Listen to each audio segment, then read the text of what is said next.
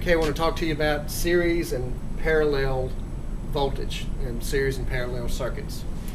First thing I'm going to discuss is take a simple circuit, just a line 120 volts, send into a switch and send into a light here, and then to ground or neutral. A series circuit, the electricity only has one path to follow. In other words, starts here, goes through the, it has to follow through the load circuit and then go to ground. That's the only path it can take. So a series circuit is defined as it only has one path to travel to get to ground. All right. Now a parallel circuit, the definition of that would be the electricity has multiple paths or more than one path to follow to get to ground. So to make this into a parallel circuit, we could just branch off here and come with another load and go to ground here. Now,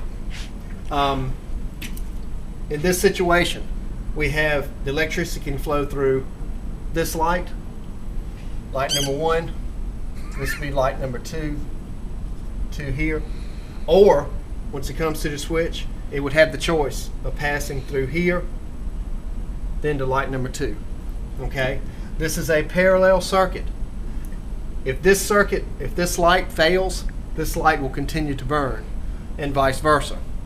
Now, with a parallel circuit, if this light uses 120 volts, this light will also burn 120 volts. And as long as we don't overamp the circuit, that's fine to do. We could even put a third light here, and each light would still use 120 volts. Now, you never want to put a load in series circuit. So in other words, if we come in here and put another light and did not have this circuit at all, okay, and we had a series circuit with 2 loads in place, the problem would be is that these 2 loads would divide the amount of voltage coming to them. So in other words, if this was a 120 volt light, this was a 120 volt light, now we have 2 lights in series.